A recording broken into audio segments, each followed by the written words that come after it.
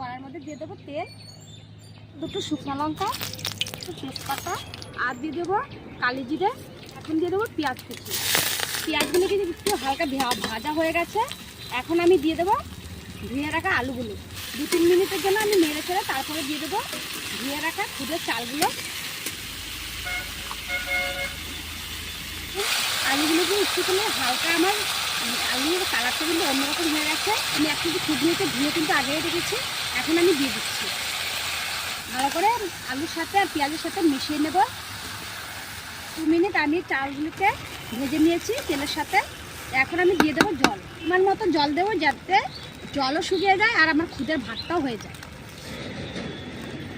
জাল দিতে থাকবো যতক্ষণ খুদের ভাতটা না হচ্ছে।